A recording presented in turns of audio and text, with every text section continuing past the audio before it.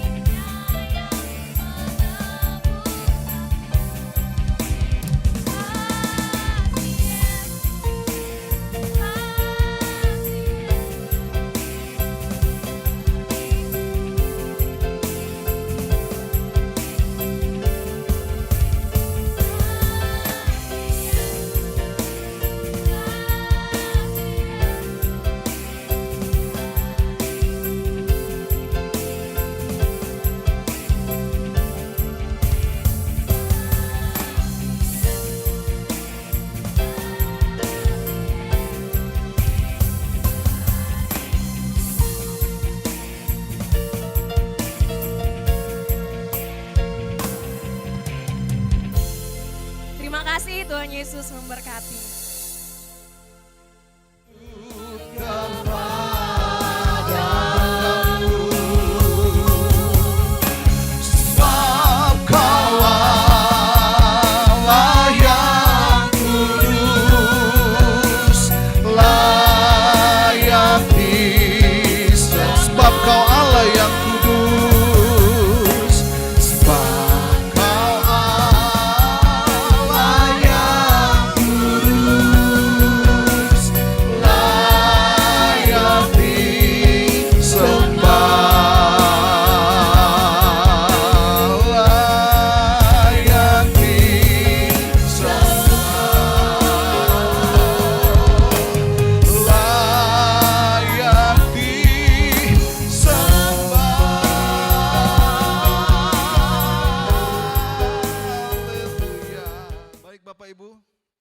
Dengan cepat saja kita bisa baca firman Tuhan di dalam Kisah Para Rasul 4 ayat 12.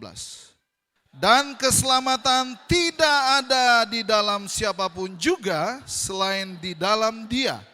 Sebab di bawah kolong langit ini tidak ada nama lain yang diberikan kepada manusia yang olehnya kita dapat diselamatkan. Puji Tuhan. Nah Bapak Ibu, di dalam memperingati kenaikan Tuhan Yesus terangkat ke surga, maka saya memberi tema judul khotbah kita pada pagi hari ini adalah kenaikan Yesus sebagai momentum untuk menyatakan kasih Yesus pada dunia. Jadi kenaikan Yesus yang kita peringati saat ini, jadikan sebagai momentum untuk menyatakan kasih Yesus pada dunia. Bapak Ibu mungkin bertanya, apa momentum itu? Bapak Ibu, saya coba cari pengertian tentang momentum. Momentum itu adalah saat atau waktu yang tepat untuk kita melakukan segala sesuatu. Saat atau waktu yang tepat untuk kita mulai bertindak dan melangkah.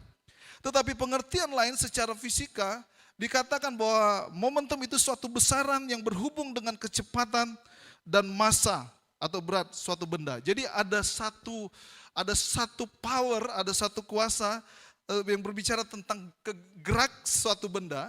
Ya, dan itu juga disebut sebagai momentum. Nah ini sesuatu mungkin nanti ahli fisika bisa menjelaskan ini dengan baik Bapak Ibu. Jadi momentum ini sesuatu yang harus kita pahami dengan benar. Momentum itu adalah saat yang tepat. Seorang peselancar di laut yang suka kalau orang suka skydiving atau apa ya, bukan ya, skydiving itu ini ya, nyelam ya. Yang suka berseluncur di atas ombak. Dia akan menunggu satu momen yang tepat untuk dia masuk menghadapi gelombang itu dan dia berseluncur di atas gelombang itu. Nah ketika dia melewatkan momentum itu, maka dia tidak akan pernah mengalir bersama ombak itu. Jadi harus melihat momen yang tepat. Waktu yang tepat untuk dia dapat berselancar di atas itu. Dia akan tunggu dari jauh ketika dia lihat ada gelombang. Dia akan segera mengantisipasi tepat pada waktunya. Kalau dia meleset, sudah melewati gelombang itu, maka dia tidak akan pernah mengalami bergerak. Nah Bapak Ibu, saya tertarik untuk memberikan tema ini. Saya rindu untuk kita mengerti bahwa setiap tahun kita di bulan Maret, April dan Mei kita akan memperingati namanya kenaikan Tuhan Yesus di bulan Mei ini. Tetapi ada 4 fakta yang perlu kita pelajari bersama untuk kita memahami ini bukan sebagai sesuatu peringatan saja. Bukan sebagai satu fakta sejarah saja. Nah Bapak Ibu, ketika momentum itu kita lewatkan, maka kita akan jadi orang yang hidup dengan sejarah saja. Dan itu kita sebut, kita hanya memandang sebagai monumental saja. Monumen. Bapak Ibu tahu monumen? Di Jakarta ada namanya Monas, Monumen Nasional. Oh di sana ada. Atau kita lihat di Bundaran Besar, oh di sana ada monumen, patung para pahlawan rasanya ya. Di situ ya. Kita hanya tahu, oh dulu pernah ada pahlawan yang berjuang atas Kalimantan Tengah. Ada di sana. Kita hanya mengenang. Nah kebanyakan orang percaya saat ini, kalau dia tidak mengerti fakta fakta tentang siapa pribadi Yesus di dalam hidupnya, maka dia akan menjadikan semua hal itu, baik itu kelahiran, baik itu kematian, baik itu kebangkitan, dan kenaikan Yesus itu hanya sebagai sejarah. Dia hanya ingat itu sebagai satu cerita yang agung. Dan itu hanya kenangan, dan dia hanya menjadikan itu sebagai monumen di dalam kehidupannya. Tetapi yang Tuhan kehendaki melalui firman Tuhan yang akan kita renungkan pada pagi hari ini, ada satu keinginan bahwa kita harus menjadikan peringatan akan kenaikan ini sebagai momentum untuk kita bergerak. Amin. Bapak Ibu, apa fakta tentang Yesus yang kita harus mengerti? Ini betul-betul kita harus tanamkan jauh di dalam hidup kita, supaya kita menjadi orang yang betul-betul bisa mengalami kuasa dalam hidup kita. Bapak Ibu, tadi pagi saat saya teduh, anak saya menelpon saya, Joel. Dia saat ini sedang diopname, Bapak Ibu, di Rumah Sakit Tebet di Jakarta. Lalu tadi pagi dia nelpon, dia agak sedih hatinya, terisak, dan dia berkata, "Pa, aku sepertinya down, aku sepertinya hopeless, apapun yang menyebabkannya." Dia tidak ceritakan, tapi ketika saya mendengarkan itu, dia bilang, "Bangun pagi ini kenapa aku rasanya lemas, Pak, tanpa motivasi." Saya bilang sama dia, "Anakku, itulah pekerjaan iblis. Karena sesuatu yang iblis kerjakan di dalam hidup kita adalah supaya kita tidak memiliki pengharapan.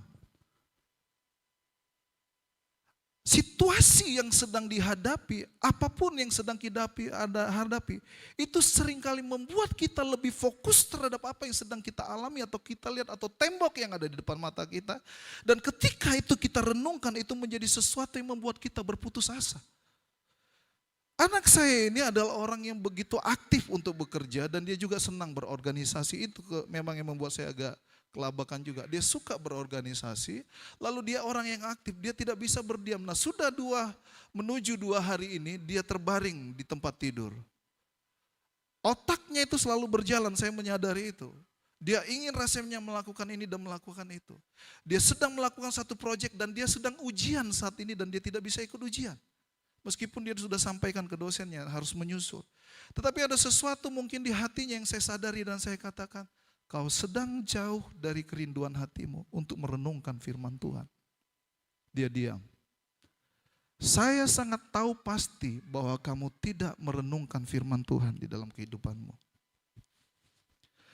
Orang yang berjalan di dalam segala apapun yang dia coba kerjakan di dalam hidupnya, apakah dia sedang mengerjakan target atau dia sedang menginginkan sesuatu, tetapi tanpa dia hidup dan merenungkan. Merenungkan beda dengan membaca, Bapak Ibu ya.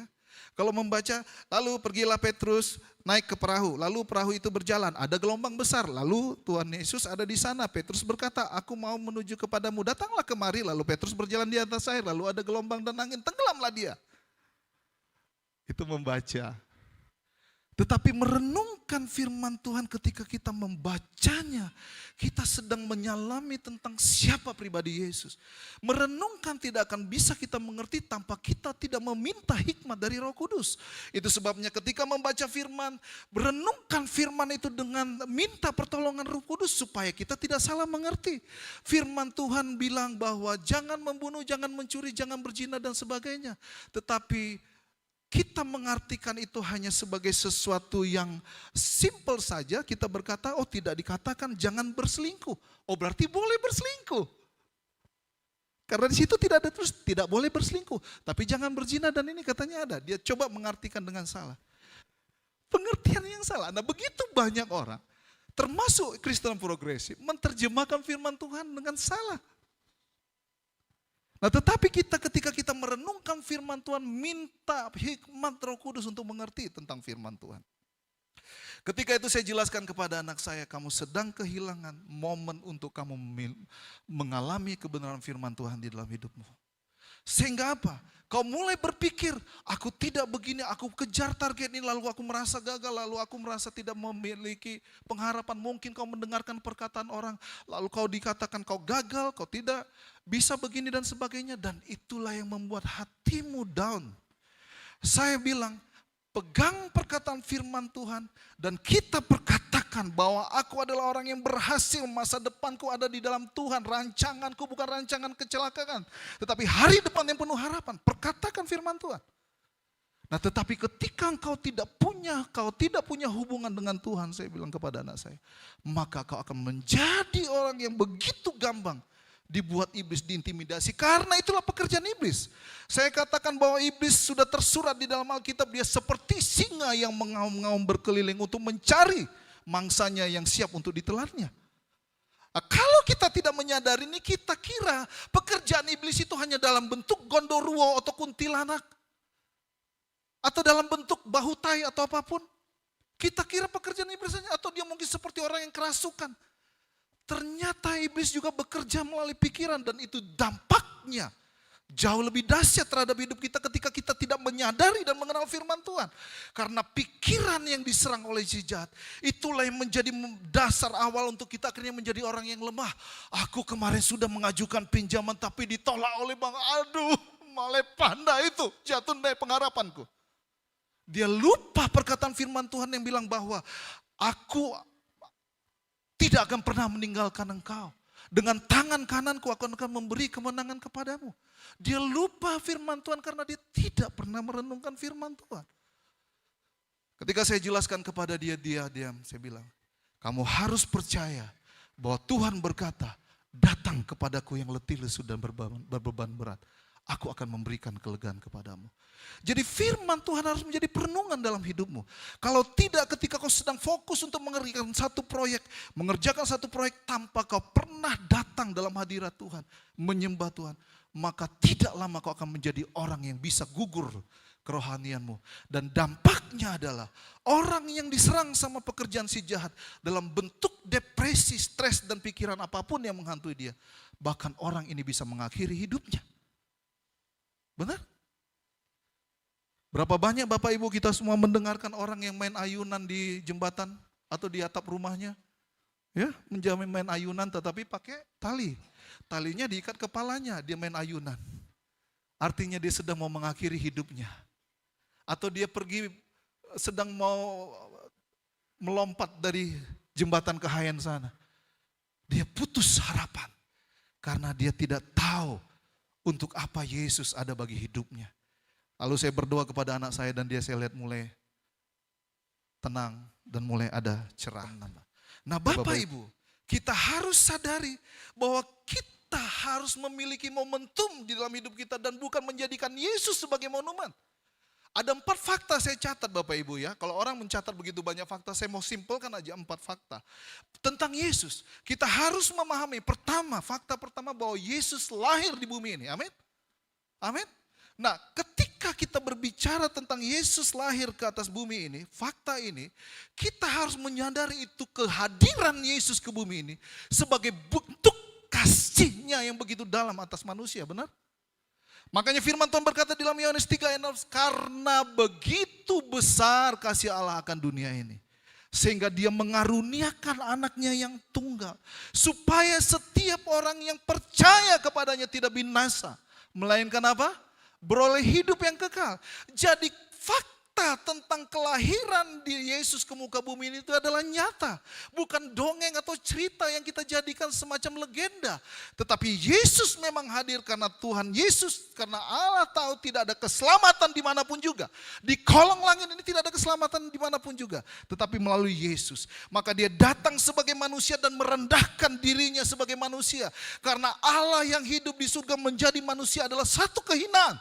Tetapi karena dia melihat batang hidung kita ini yang akan mati menuju neraka, maka Allah tidak tega, Bapa tidak tega, maka dia berkata, anakku mari datang kau ke dalam hidup keluarga Sinaga, selamatkan mereka dari perdukunan. Maka kami pun diselamatkan oleh Tuhan. Dia lahir ke bumi ini untuk menjalankan satu misi, bahwa keselamatan harus terjadi bagi manusia. Lalu ketika Yesus datang ke bumi ini, Dia datang sebagai manusia, dia mengajarkan tentang kebenaran Allah yang sesungguhnya. Karena dia tahu begitu banyak manusia sudah disimpangkan oleh pengajaran-pengajaran yang berasal dari kegelapan. Makanya Yesus datang. Makanya di dalam satu firman Tuhan Yesus pernah berkata, aku berasal dari atas, kamu dari bawah. Jadi kamu tidak mengerti apa-apapun tentang apa yang ada di atas. Makanya Yesus datang, dia menceritakan apa itu surga, apa itu Bapa, apa itu Allah, apa itu keselamatan, apa itu janji yang kekal. Dia ceritakan, karena tidak ada yang bisa menceritakan. Kalau nabi-nabi dia hanya mendapatkan firman, dia tidak bisa menceritakan apa yang ada di atas. Tetapi Yesus yang berasal dari atas datang kepada manusia, kepada kita yang ada di bawah.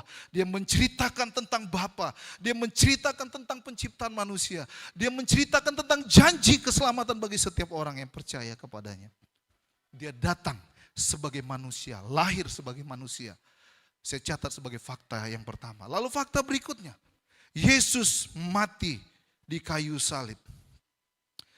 Bapak Ibu, kematian Yesus kalau kita hanya peringati sebagai Paskah dan buat telur Natal. Kita membuat sebagai telur Paskah saja. Lalu kita cari, di mana telur? Di mana telur? Oh, itu telur. Ada yang dapat 1, ada yang dapat 5. Saya nggak mengerti gambarannya apa. Apakah itu bicara tentang kasih karunia Tuhan? Ketika dia dapat 5 telur, dia berarti mendapat anugerah 5 kali lipat?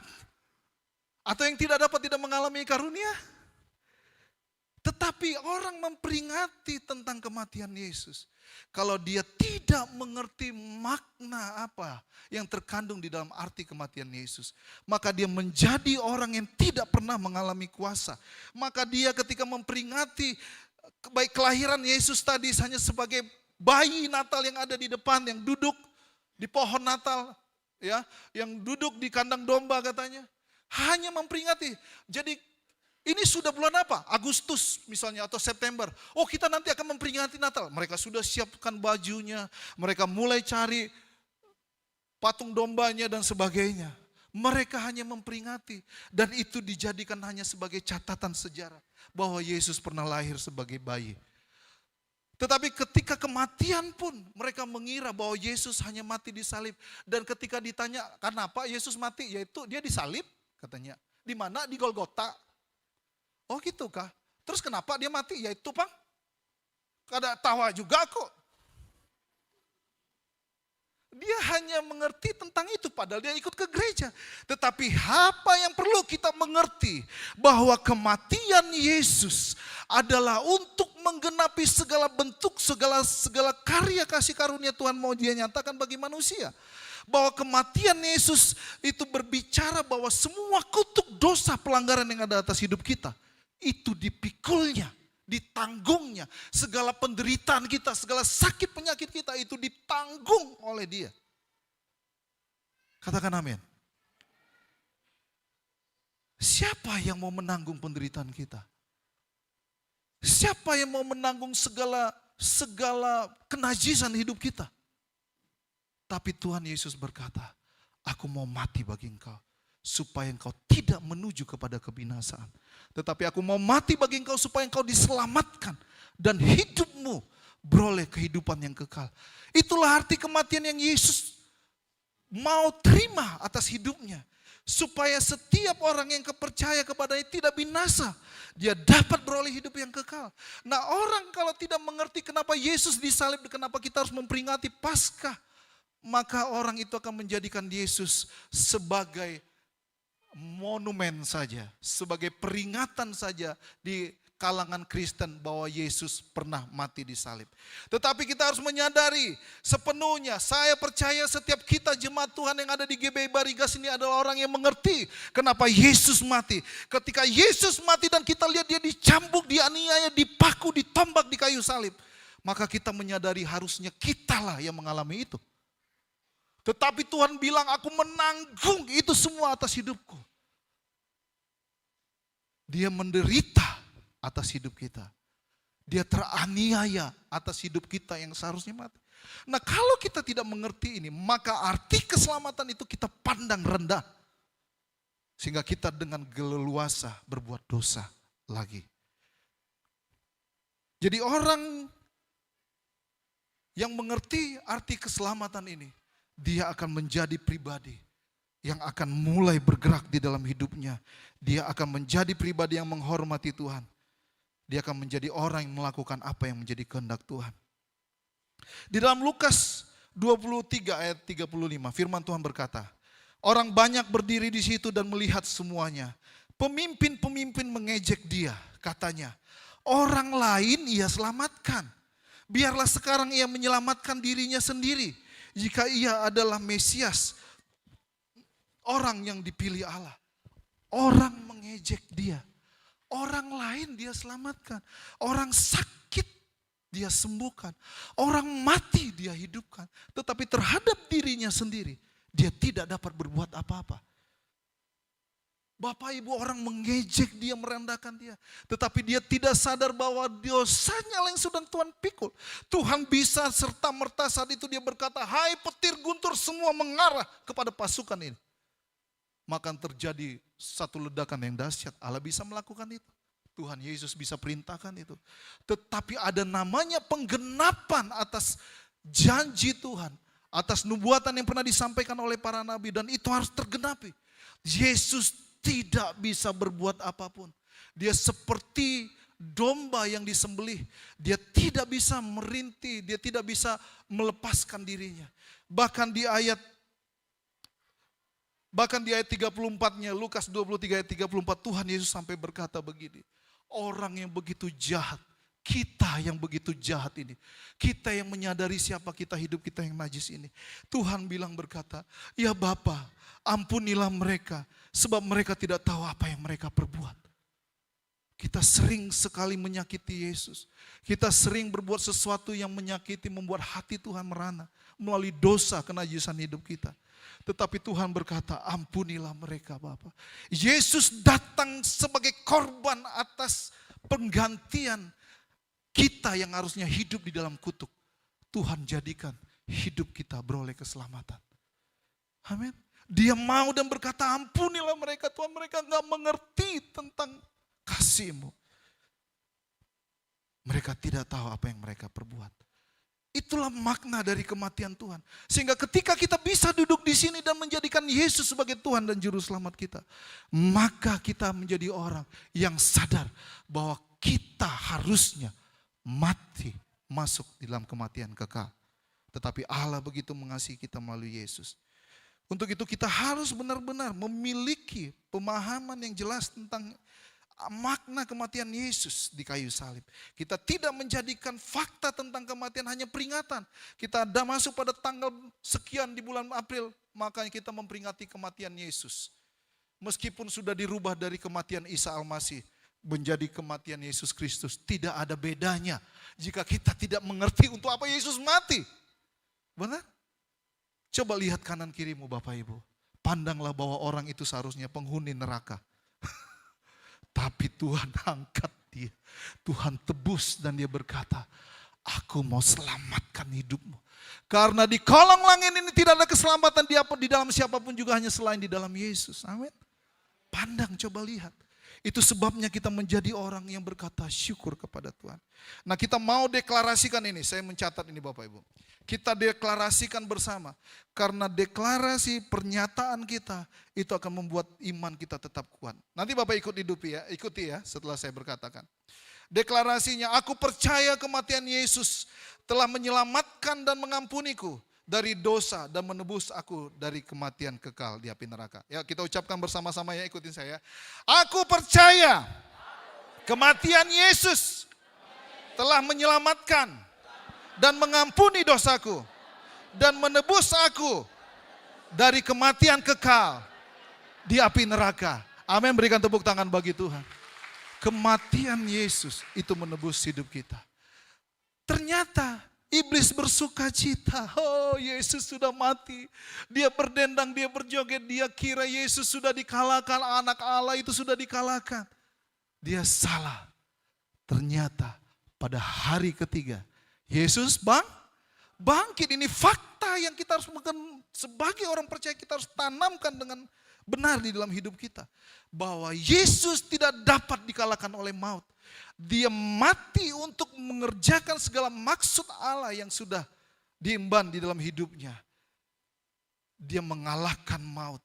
Apa yang selama ini menjadi tujuan setiap manusia yang hidup di bumi ini di api neraka, Tuhan sudah gagalkan itu semua melalui pengorbanannya. Bapak Ibu, di dalam Yesaya 25 ayat 8, di dalam Yesaya 25 ayat 8, firman Tuhan berkata, Ia akan meniadakan maut untuk seterusnya, dan Tuhan Allah akan menghapuskan air mata daripada segala muka, dan aib umatnya akan dijauhkannya dari seluruh bumi. Sebab Tuhan telah mengatakannya. Itulah yang Tuhan katakan. Itulah yang Tuhan maksudkan. Maut telah ditiadakannya. Apa yang menjadi bagian hidup kita, sesungguhnya kita harus mati. Binasa di dalam kekekalan api neraka. Tetapi Tuhan berkata Dia telah meniadakannya. Maka di dalam 1 Korintus 15 ayat 55 sampai 57 ditegaskan kembali. 1 Korintus 15 ayat 55 sampai 57. Firman Tuhan berkata, Hai maut, di manakah kemenanganmu? Hai maut, di manakah sengatmu? Sengat maut ialah dosa, dan kuasa dosa ialah hukum Taurat. Tetapi syukur kepada Allah yang telah memberikan kepada kita kemenangan oleh Yesus Kristus Tuhan kita. Amin, berikan tepuk tangan bagi Tuhan. Maut tidak lagi berkuasa atas hidup kita. Kita bisa memiliki, mengalami kelemahan tubuh. Tetapi dia tidak bisa mengambil roh dan jiwa kita untuk mati binasa di api neraka lagi. Sudah diselesaikan. Sudah diselesaikan. Sudah diselesaikan. Amin. Tidak ada lagi kuasa yang bisa membawa kita kepada maut. Karena semua sudah diselesaikan oleh Tuhan. Semua kuasa tunduk dan takluk di dalam nama Yesus, Bapak Ibu. Nah, kematian Yesus itu menyatakan kebesaran Allah melalui hidupnya.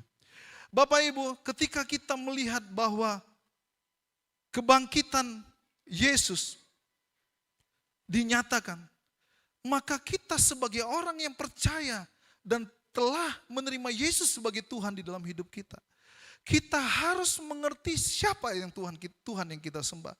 Saya sering kali mengulang firman Tuhan ini di dalam Filipi 2 ayat 8 sampai 11. Filipi 2 ayat 8 sampai 11, kita harus menyadari arti kemenangan yang telah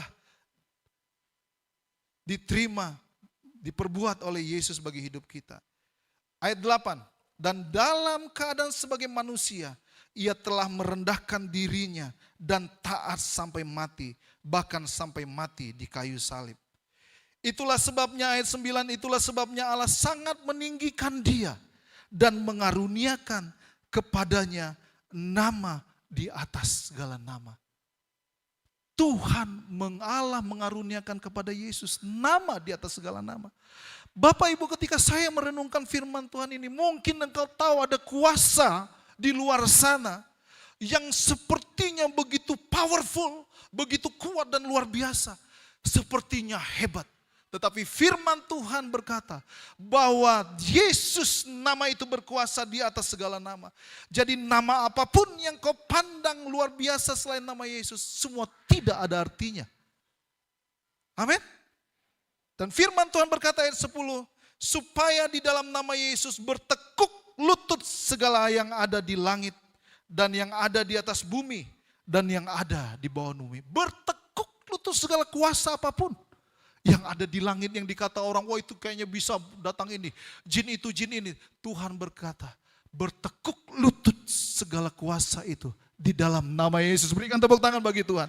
Nama itu berkuasa. Ketika kita tidak mengerti sebagai orang percaya arti kebangkitan Yesus, maka kita akan menjadi orang yang terpuruk di dalam hidup kita ini. Kita merasa kebangkitan Yesus itu hanya sebagai peringatan yang harus kita ingati setiap tahun. Lalu kita berkumpul beribadah, perayaan kebangkitan Tuhan Yesus.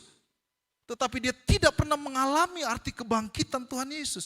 Bahwa ketika sebenarnya kita menyadari itu, bahwa kebangkitan Tuhan Yesus adalah sebagai bukti kuasa maut telah dikalahkan. Segala kuasa yang ada di langit, di bumi, dan di bawah bumi sudah bertekuk lutut di bawah kaki Yesus. Maka kita akan menjadi orang yang bisa berkata kepada segala hantu belau apapun yang ada di luar sana. Hai kau takluk di dalam nama Yesus, aku perintahkan kau keluar di dalam nama Yesus. Ada kuasa di dalam kita, amin. Berikan tepuk tangan bagi Tuhan. Wah, luar biasa Bapak Ibu. Nah, kalau kita menjadi orang yang tidak menyadari fakta dan makna di dalam kebangkitan Tuhan Yesus, kita akan menjadi orang, kenapa itu nalah? Aduh ya, gimana ini hidupku nih? Dia tidak tahu bahwa kebangkitan Yesus sudah memberikan pengharapan yang begitu kuat di dalam kita bagi orang yang percaya kepadanya. Kebangkitan Yesus memberikan apa yang selama ini tidak ada pengharapan di dalam hidup mereka. Tetapi kebangkitan Tuhan Yesus memberikan pengharapan yang luar biasa. Sehingga kita tidak pernah lagi menjadi orang yang harus berputus asa. Karena Tuhan adalah Allah yang memberikan segala anugerah yang terbaik bagi setiap orang yang percaya kepadanya. Amin. Jadi kebangkitan Tuhan Yesus itu menggambarkan kekalahan si jahat. Bukan hanya kepada Yesus, tetapi kepada kita yang percaya kepada Yesus, kita diberi kuasa. Amin. Amin. Percaya diberi kuasa? Amin. Percaya? Coba angkat tangan kita dulu semua Bapak Ibu. Tangan kanan kita. Di dalam tangan ini ada kuasa ketika kita sudah percaya. Maka coba pegang kanan kirimu dan katakan kau diberkati. Maka hidupnya akan diberkati. Amin. Karena ada kuasa. Ada kuasa Bapak Ibu. Ini bukan tangan kosong kecuali kamu suka pukul istrinya, atau kamu suka pukulin anaknya, Jadi gak ada kuasa. Ketika tangan yang digunakan untuk memberkati, jangan gunakan juga tangan itu untuk menyakiti. Amin. Amin Bapak Ibu. Jadi ada kuasa. Amin. Kita diberikan kuasa. Katakan 1, 2, 3. Kita diberi kuasa. Haleluya. Berikan tepuk tangan bagi Tuhan. Karena apa? Sudah bertekuk lutut apapun yang menjadi ketakutan kita selama ini yang ada di langit, di bumi, dan di bawah bumi. Jadi kita jangan lagi ikut-ikutan memberikan ritual kasih makanan di air. Berarti kita bisa masih menyembah kepada kuasa yang ada di air. Benar? Kita masih menyembah kepada kuasa yang ada di bumi, di pohon-pohon, di batu-batu. Atau kita masih percaya kepada kuasa yang ada di langit. Yang bukan Tuhan Yesus. Tuhan katakan, kau salah dan kau sudah disesatkan. Jangan masukkan 3 sendoknya, tapi garamnya 3 sendok. Ya, jangan salah mengerti. Jadi kita masih menyembah kepada yang ada di langit, memberikan sasajen dan ritual-ritual tertentu. Berarti kita masih belum percaya bahwa segala kuasa itu sudah takluk di bawah kaki Yesus. Amin. Kita harus menyadari ini. Kita ini orang yang luar biasa. Bukan takabur lah kata orang dunia, jangan elak takabur kuah. Bukan kita mau takabur. Tetapi itulah jati diri anak-anak Kristus. Amin. Jati diri orang-orang yang sudah percaya kepada Yesus dan diselamatkan. Ada kuasa di dalam hidup kita. Amin. Jangan nanti pas lagi jalan tiba-tiba kita lihat ada api yang berterbangan. Hei narete kuah. Ya, malam hari. Kita lihat ada api yang berterbang, lalu kita bilang, hakui jadi kayak hantuen kan sebutannya. Lalu kita takut, angkat tangan dan berkata, hanya kau di dalam nama Yesus, dia akan jatuh, amin. Tapi jangan seperti ada teman kami dulu Bapak Ibu. Ketika dia sedang naik motor, dia lihat tiba-tiba di belakang ada lampu merah yang kedap-kedip. Dia terkejut, lalu dia berkata kepada temannya, ayo kita berhenti sebentar, kita berdoa, kita thanking itu, dalam nama Yesus, kau jatuh, kau berhenti, dalam nama Yesus. Enggak berhenti-berhenti. Ternyata yang dia thanking apa? Lampu pemancar.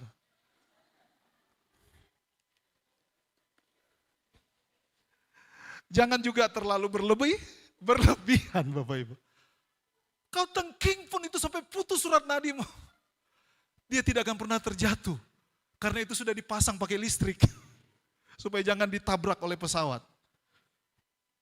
Ada kuasa. Kebangkitan Yesus menjadi kebanggaan bagi kita. Kalau Yesus tidak bangkit, maka kita masih hidup di dalam dosa. Amin? Benar? Ya jangan diaminkan. Kita hidup di dalam dosanya jangan diaminkan. Fakta yang keempat yang kita peringati hari ini tentang kenaikan atau terangkatnya Yesus ke surga. Bapak Ibu, pada saat kenaikan Yesus, sebelum kenaikan Yesus, ada perintah dan pesan yang disampaikan kepada murid-muridnya sebelum dia naik ke surga. Pertama saya coba catat, sebelum mereka berkumpul ketika Yesus sudah bangkit dari mati. Di dalam Matius 28 ayat 18 sampai 20, firman Tuhan yang menjadi menjadi perintah, menjadi mandat yang disampaikan kepada kita. Di dalam Matius 28, sebelum Yesus naik Tuhan berkata, Yesus mendekati mereka dan berkata, kepadaku telah diberikan segala kuasa di surga dan di bumi. Bapak Ibu, beberapa waktu lalu kita sudah melihat bahwa presiden terpilihnya adalah Pak Prabowo, amin? Benar? Pak Prabowo, betul? Secara resmi sudah diumumkan oleh satu lembaga resmi di Indonesia namanya KPU. Setelah menghadapi melalui persidangan, akhirnya timnya Pak Jambek kalah. Bukan timnya, dukungnya Pak Jambek kalah. Tetapi Pak Jambek tidak bersedih hati. Karena dia tahu yang terbaiklah yang Tuhan siapkan untuk bangsa ini, amin? Ketika Prabowo, pada saat nanti dia dilantik, segala kuasa pemerintahan ada di tangannya. Ketika dia berkata, Pak Jambek, saya perintahkan kamu pergi ke daerah Tumbang Danau.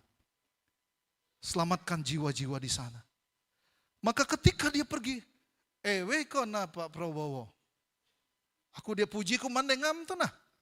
Aku jirancak teh kumandangan Pak Gembala. Ketika dia hanya berkata begitu, dia tidak mengerti bahwa ketika seorang presiden mengatakan kepada dia ada tugas yang kamu perlu lakukan di sana, di desa sana. Maka ketika seorang presiden berkata, semua kuasa yang ada di sekelilingnya akan menyertai dia. Benar? Akan ada pasukan khusus yang mengiringi dia untuk tugas itu dapat terlaksana dengan baik. Ada perlindungan, ada pasukan lengkap bersenjata. Ada kendaraan terbaik bahkan yang disiapkan. Karena ada seorang presiden yang berkata, aku telah diberikan kuasa atas bangsa ini. Ada satu misi yang aku ingin kau kerjakan. Itulah yang Tuhan sedang katakan pada ayat 18. Apa dikatakan di sana? Yesus mendekati mereka dan berkata, kepadaku telah diberikan segala kuasa di surga dan di bumi. Lengkap. Segala kuasa yang di surga dan di bumi ada di dalam Yesus. Dan dia berkata kepada jemaat Tuhan yang ada di GBI Barigas, pergilah. Amin. Coba renungkan, ini luar biasa enggak? Kita tidak bisa melihat, mungkin kita dapat surat SK atau perintah. Tetapi secara rohani, dengan iman kita menyadari. Ketika Tuhan berkata demikian, maka kita disertai kuasa. Ketika seorang ibu bersaksi pada saat kita doa puasa kemarin. Badanku ini kecil. Aku ini harus berdoa dengan orang bapak-bapak yang kesurupan. Badannya besar, aku kecil. Tetapi tidak ada satu kuasa pun yang bisa menjamah ibu itu. Berikan tepuk tangan bagi Tuhan. Ketika dia berdoa, ada kuasa yang melingkupi dia. Sehingga kuasa jahat yang ada pada orang-orang yang sedang dilayani tidak akan menjamah hidupmu. Karena apa? Otoritas kuasa sudah diberikan kepada Yesus. Ketika otoritas itu Tuhan sampaikan, maka Tuhan berkata, pergilah gerejaku. Pergilah jemaatku yang ada di GBI Barigas, Palangkaraya. Jadikan semua bangsa muridku. Baptis mereka di dalam nama Bapa dan Anak dan Roh Kudus. Dan ajarlah mereka untuk melakukan segala sesuatu yang kuperintahkan kepadamu. Aku dia puji sekolah na Pak Pendeta lah ikau. Ikau na sarjana S2, S3, S4. Aku tuh wadegin jatun kuah. Ketun S3, S4 tege wadain dai. Aku tuh na Pak SIJ gin jatun. SD, aku tuh na Pak SD. Tetapi Tuhan berkata, pergilah aku menyertai engkau dengan kuasa. Amin. Maukah engkau tidak bisa apapun juga secara materi. Tetapi ketika Tuhan sudah berkata pergilah. Ada penyertaan kerajaan Tuhan mengikuti kemanapun kita pergi. Amin. Itu harus kita sadari. Itu harus kita maknai dengan benar. Ketika kenaikan Tuhan Yesus, kita sudah menjadi orang yang memiliki otoritas dalam hidup kita untuk melakukan perintah Tuhan. Dan Tuhan juga menjanjikan Roh Kudus-Nya untuk menyertai kita. Sehingga kita diberikan hikmat oleh Roh Kudus untuk melakukan ini atau tidak. Makanya berapa hari setelah kenaikan Tuhan Yesus? Berapa hari Bapak Ibu? Maka Tuhan menjanjikan Roh Kudus sebagai penolong. Bukan berarti kita tidak ada Roh Kudus. Ketika kita menerima Roh Kudus sudah ada dalam hidup kita. Tetapi ketika kita dipenuhi oleh Roh Kudus, jangan berdoa kita, Tuhan minta lagi, Tuhan aku minta Roh Kudus datang padaku. Bukan, Roh Kudus sudah ada. Tetapi penuhi lebih lagi. Itu yang membuat kita bisa melangkah. Itu membuat kita memiliki keberanian dan kuasa. Dan kita tidak pernah takut. Jadi ada kuasa. Kenaikan Tuhan Yesus berbicara tentang kuasa dan otoritas yang sudah dianugerahkan. Dan bukti bahwa kedatangan Yesus, misinya sudah selesai. Misi keselamatan sudah selesai. Dan barang siapa yang percaya kepada Yesus akan diselamatkan. Dan Tuhan berkata, aku pergi untuk menyediakan tempat bagimu. Yohanes 14 ayat 13, 1-3. Terakhir Bapak Ibu. Yohanes 14 ayat 1-3. Firman Tuhan berkata, janganlah gelisah hatimu sebelum dia terangkat Bapak Ibu. Janganlah gelisah hatimu, percayalah kepada Allah, percayalah juga kepadaku, kata Tuhan Yesus. Di rumah Bapakku banyak tempat tinggal. Jika tidak demikian, tentu aku mengatakannya kepadamu. Sebab aku pergi ke situ untuk menyediakan tempat bagimu. Amin. Dan apabila aku telah pergi ke situ dan telah menyediakan tempat bagimu, aku akan datang kembali dan membawa kamu ke tempatku, supaya di tempat di mana aku berada, kamu pun berada. Berikan tepuk tangan bagi Tuhan. Dengar baik-baik. Dan aku pergi ke situ dan telah menyediakan tempat bagimu. Nah Bapak Ibu, ketika saya merenungkan firman Tuhan ini berbicara tentang upah. Bapak Ibu, ketika kita percaya Yesus, ketika kita bertobat, menjadikan Yesus sebagai Tuhan, saat itu juga kita mewarisi surga, amin. Tetapi ternyata firman Tuhan berkata bahwa perbuatan kita bisa menjadi upah yang lebih. Bukan hanya sekedar kita masuk ke dalam pintu surga, tetapi ada upah, ada mahkota yang lebih yang Tuhan siapkan. Berbeda dengan orang yang datang ke gereja hanya diam-diam saja dan berkata, aku cukup percaya Yesus, aku diselamatkan. Tetapi dia memang menerima anugerah keselamatan itu, tetapi dia tidak pernah menerima arti mahkota atau upah yang besar yang Allah sediakan. Upah besar kecil ini ada Bapak Ibu. Itu kita jangan bingung bahwa itu memang ada. Nah Tuhan berkata kita ini nanti segala perbuatan kita akan menyertai kita. Akan dihitungkan semua perbuatan kita. Kalau kita menjadi orang yang sudah sekian tahun melayani, hidup di dalam jemaat ini, tetapi kita tidak pernah mau mengambil bagian di dalam melayani Tuhan, maka kita tidak menerima upah yang besar. Benar? Ada istilah upah besar, benar? Ada upah kecil, ada tingkatan di dalam surga. Kita harus lihat itu Bapak Ibu. Buktinya apa? Ketika Yohanes Pembaptis, ketika dia sedang dipenjara dan sebelum dipancung lehernya, muncul keraguan di dalam hatinya, benar?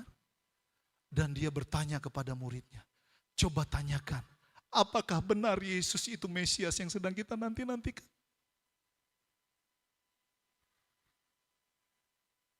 Muncul keraguan di dalam hati Yohanes. Dan ketika itu, Yesus mendengarnya. Hati Yesus sedih dan berkata, tidak ada seorang nabi pun yang lebih besar daripada Yohanes. Tetapi Yohanes adalah yang terkecil di dalam kerajaan surga. Benar? Hati Tuhan sedih. Dia orang yang begitu hebat di dalam pelayanannya. Dia begitu fantastis dan luar biasa. Tetapi ketika muncul keraguannya tentang juru selamatnya, Tuhan berkata, tidak ada seorang nabi pun yang besar seperti dia. Tetapi Yohanes yang terkecil di antara yang kecil di dalam kerajaan surga. Artinya ada tingkatan. Ketika kita mau memiliki upah yang luar biasa. Bapak Ibu jangan hanya berkata daripada neraka ya gak apa-apalah masuk surga. Paling gak hidup di pekarangannya walaupun gak ada rumah kan pasti segar. Tetapi Tuhan berkata, Allah ingin memberikan upah kepada setiap kita. Makanya Tuhan mau untuk kita pergi dan menyampaikan kabar baik. Itu sebabnya kita harus memiliki kenaikan Kristus ini, kita jadikan momentum untuk kita mengabarkan kepada dunia bahwa ada Yesus yang akan memberikan keselamatan bagi setiap orang yang percaya kepadanya. Amin. Jangan jadikan cerita fakta tentang Yesus hanya sebagai monumental. Hanya sebagai monumen, kita tahu Yesus pernah lahir, Yesus pernah mati, Yesus pernah bangkit, lalu Yesus pernah naik. Tetapi tidak mengalami kuasa di dalam hidup kita. Setiap hari kita hanya terpuruk dan menangis terhadap persoalan hidup kita. Tetapi kita tidak pernah mulai berkata, Tuhan aku ini anakmu. Aku ingin menyatakan kebesaranmu melalui hidupku. Aku ingin pergi dan menjangkau jiwa-jiwa dan menyenangkan hati Tuhan. Dan aku percaya aku akan menerima upah yang daripada Allah. Amin. Ada upahnya. Kenaikan Yesus Kristus akan menyediakan tempat yang baik bagi kita dan memberikan upah. Makanya saya bersama istri saya, aduh mungkin banyak waktu yang terbuang bagi kita. Tetapi selagi ada waktu di dalam nafas ini, di dalam tubuh ini, sebagai ada nafas yang diberikan kepada Tuhan, mari kita mulai pergi untuk melayani Tuhan. Ambil bagian dan kesempatan. Kita tidak semua harus jadi pendeta yang akan ditakbis tahun 2025. Tidak harus menjadi pendeta semua. Tetapi kita ketika berkata, Tuhan aku mau pergi. Kalau kita punya waktu, Tuhan aku mau ikut dengan tim misi. Boleh. Tuhan aku mau pergi. Begitu banyak jiwa-jiwa. Keluargaku itu belum mengenal Yesus. Mereka menderita, mengalami sakit dan aniaya di dalam hidup mereka. Aku mau Tuhan. Dan percayalah, ketika kita mau berkata aku membawa jiwa-jiwa kepada Tuhan, maka upah Tuhan sediakan. Amin. Upah Tuhan sediakan. Amin. Aku mau menerima upah. Aku mau menerima upah dari Yesus. Amin. Siaplah untuk pergi. Amin. Jadi Bapak Ibu, sekali lagi, jadikanlah peringatan akan kenaikan Yesus sebagai momentum, bukan lagi sebagai monumen. Kita harus mau bergerak. Amin. Kita mau bergerak. Ada satu daya yang besar, yaitu Roh Kudus yang akan membuat kita bisa bergerak. Mengambil momentum untuk bersama-sama dengan visi gereja memenangkan jiwa bagi Kristus. Amin. Barigas, beritakan rahasia Injil, genapi amanat surgawi. Amin. Berikan tepuk tangan bagi Tuhan. Mukjizat, pelipat gandaan pasti terjadi. Berikan tepuk tangan bagi Tuhan. Haleluya. Baik pemusik, saya minta pelayan Tuhan. Jadikanlah peringatan tentang kematian, kelahiran, kematian, kebangkitan, dan kenaikan Yesus menjadi momentum di dalam hidup kita. Kita tidak menjadi orang yang biasa-biasa saja. Tetapi kita mulai dari keluarga kita. Kita mulai bisa mendoakan istri kita. Kita mulai bisa mendoakan suami kita. Kita mulai bisa mendoakan anak-anak kita. Kita mulai mendoakan usaha di mana kita ada. Kita mulai memberkati pekerjaan kita. Kita mulai memberkati gereja Tuhan di mana kita ada. Kita memberkati, berdoa dan memberkati para pelayan-pelayan Tuhan. Kita menjadi orang yang mau bergerak. Kita tidak lagi setiap tahun hanya memperingati dan memperingati dan memperingati saja. Tetapi kita menjadi orang yang melakukan segala sesuatu atas peringatan yang kita tahu. Fakta yang kita tahu. Baik itu tentang kelahiran Yesus, kematian Yesus, kebangkitan Yesus, dan kenaikan dia ke surga. Percayalah, setiap kita akan menerima upah yang terbaik daripada Bapa. Amin. Kita tidak pernah dilupakan. Kita tidak akan pernah ditinggalkan. Ketika kau dengan sederhana saja berkata, Tuhan ini aku, pakailah aku Tuhan. Begitu banyak kelemahan, kekurangan di dalam hidupku. Tetapi Tuhan berkata, aku mau pakai engkau. Seperti Tuhan berkata kepada Petrus, seorang yang tidak terlalu tinggi pendidikannya. Tetapi Tuhan berkata, aku mau jadikan engkau penjala manusia. Maka aku akan memberkati semua usaha pekerjaanmu. Apapun yang kau rindukan, cita-citakan. Maka rancanganku yang terbaik akan kulakukan bagi hidupmu. Tepuk tangan bagi Tuhan, haleluya. Luar biasa Tuhan Yesus. Kembali ke tatanya saudaraku sekalian. Saudara tahu kenapa dia kembali? Dan dia ada pesan yang luar biasa. Jangan ragu dan takut. Kepada nama Yesus telah diberikan segala kuasa Di surga dan di bumi. di sorga. Kalau gitu saudaraku sekalian, kita harus renungkan. Masukkan ke dalam dan menjadi iman yang teguh dalam hidup saudara. Saudara tidak perlu takut. Kalau tentang dunia ini bertekuk lutut semua di dalam nama Yesus. Haleluya. Amin. Bagian kedua, engkau harus renungkan bahwa Yesus naik kembali ke tahtanya, menyediakan tempat bagimu. Luar biasa kamu. Spesial Tuhan berikan tempat bagi kita, orang-orang pilihan dan orang-orang percaya. Amin. Dan orang-orang yang ikut memuji pakai baju putih. Tepuk tangan lah, kok malas-malas. Pemain musik juga. Penari juga. Baju merah juga. Amin. Amin.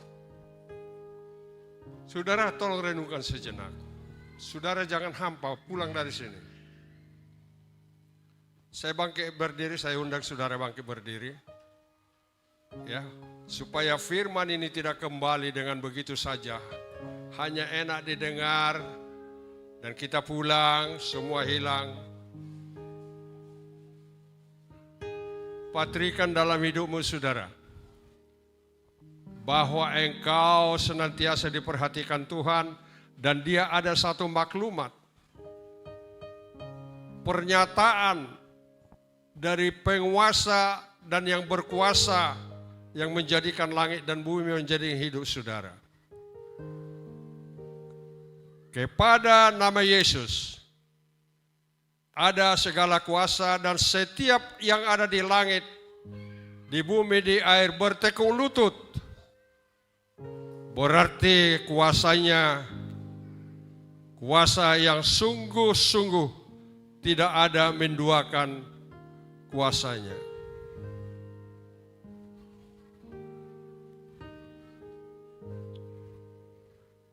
Kuasa Yesus akan bersama dengan kita karena kita ada di dalam Yesus dan Yesus ada di dalam kita.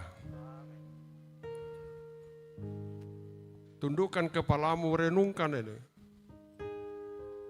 Bukan hanya kita merayakan kenaikan, tetapi ada di situ statement, ada satu pernyataan Tuhan supaya kita tidak pernah takut dan ragu bahwa segala sesuatu bertekuk lutut di bawah Yesus. Makanya engkau berjalan, engkau bekerja, supaya engkau tidak, saudaraku sekalian, letih lesu. Katakan dalam nama Yesus, aku melakukan apa yang dapat kukerjakan. Bahagian kedua, kenaikan Yesus adalah menyediakan tempat bagimu dan bagiku. Bagi kita. Bukan hanya begitu saja saudara. Tetapi dia menyediakan tempat bagi kita. Itu iman. Dan kita akan menjumpainya pada akhirnya pengharapan kita itu.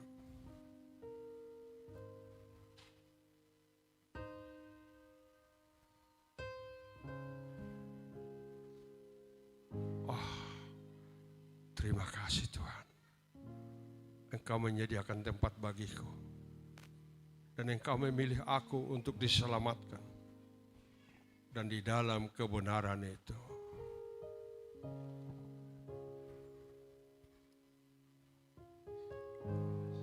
Oh haleluya. Kami akan masuk. Engkau menyediakan tempat bagiku. Bagi kami. Teristimewa yang mendengarkan firman Tuhan hari ini.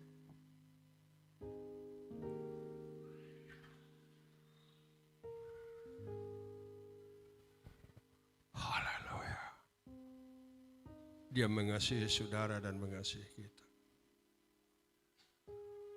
Mungkin ada masalah dalam hidup saudara.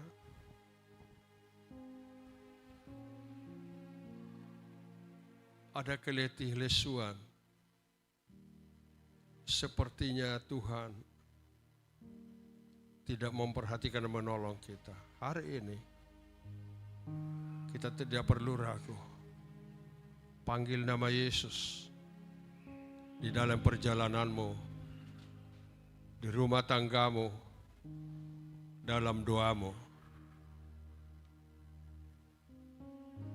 Maka engkau akan terhindar daripada segala pencobaan itu.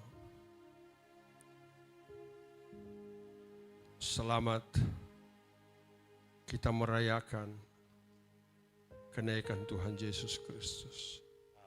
Renungkan, ketuk dadamu.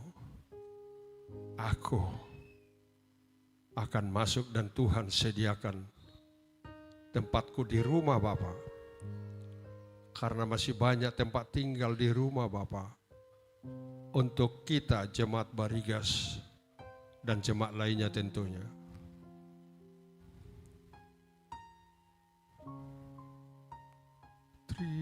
Terima kasih Yesusku, buat anugerah yang Kau beri. Sebab hari ini Tuhan adakan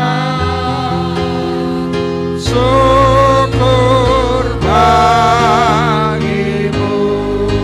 Terima kasih. Terima kasih Yesusku, buat anugerah yang Kau beri. Sebab hari ini Tuhan adakan syukur bagimu. Syukur bagimu.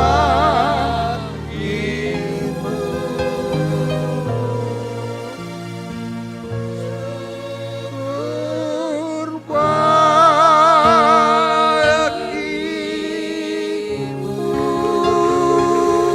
Tepuk tangan yang meriah bagi Yesus. Haleluya. Luar biasa saudara. Kau pulang dari sini. Thank you Lord. Undosa. Terima kasih Tuhan, gitu aja deh. Karena Kau menyediakan tempat bagiku. Amin. Kepada kita Tuhan katakan, Dia naik ke sorga untuk menyediakan tempat bagimu dan bagi kita sekalian, orang-orang pilihan dan orang percaya. Tepuk tangan sekali lagi bagi Tuhan. Berbahagia engkau mendengarkan firman Tuhan hari ini. Amin.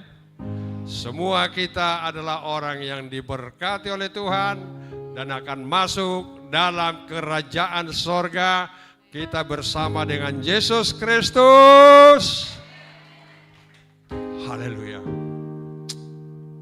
Gimana ya? Sudah ada tempat bagiku. Tidak usah ragu-ragu. Tuhan tidak suka kepada orang ragu-ragu. Pulanglah engkau dengan selamat, luar biasa. Dan tadi ada juga saudara Firman itu mengatakan, melayani, tidak usah takut. Kau tidak akan termakan. Kalau kau adalah utusan Tuhan dan engkau pilihan Tuhan, kau tidak akan mati begitu saja atau ditelan oleh kuasa si jahat. Karena semua bertekuk lutut di dalam nama Tuhan Yesus. Datanglah kepada Yesus. Kami memuliakan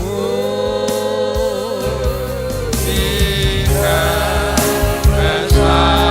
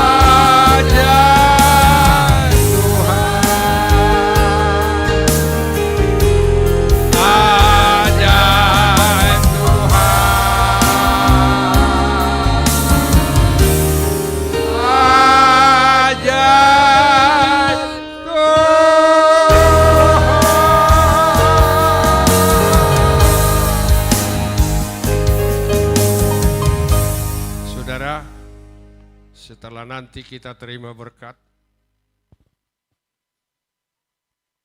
Kita salaman. Karena hari ini adalah hari spesial. Tuhan sediakan tempat. Tuhan sediakan tempat. Salaman dong. Ini bukan hari Minggu biasa. Ya, tapi ini tundukkan kepala dan terimalah berkat ini. Nanti salam-salaman saudara. Ya. Kita berbahagia. Tuhan masih berikan kesempatan buat kita untuk mendengarkan kebenaran firman-Nya. Angkat tanganmu, pulanglah engkau dengan selamat. Tangan Tuhan menyertai engkau. Berkat, kasih, anugerah, sukacita, dan damai sejahtera dari Tuhan kita Yesus Kristus. Biarlah itu senantiasa menyertai engkau dalam perjalanan hidupmu. Dalam setiap tugas, pekerjaan, dan pelayanan kita.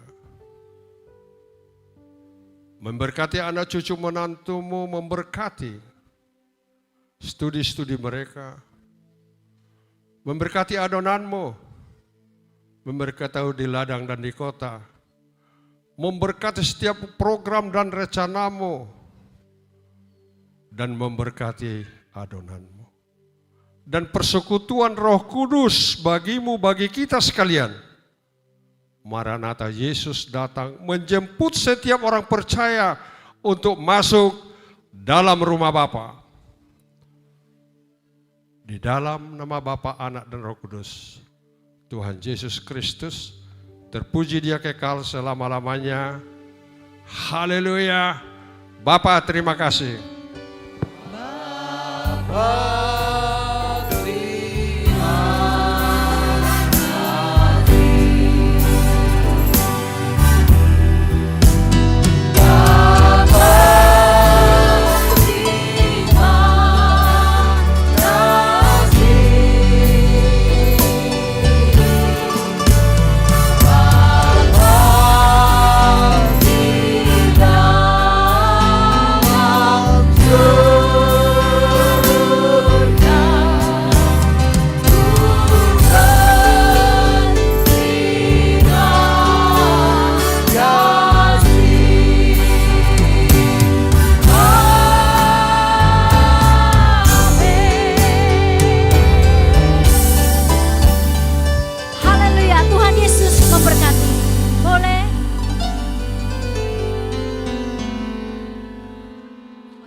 Untuk para pelayan-pelayan, diingatkan kembali jam 5 kita boleh kumpul kembali di tempat ini. Boleh salam-salaman.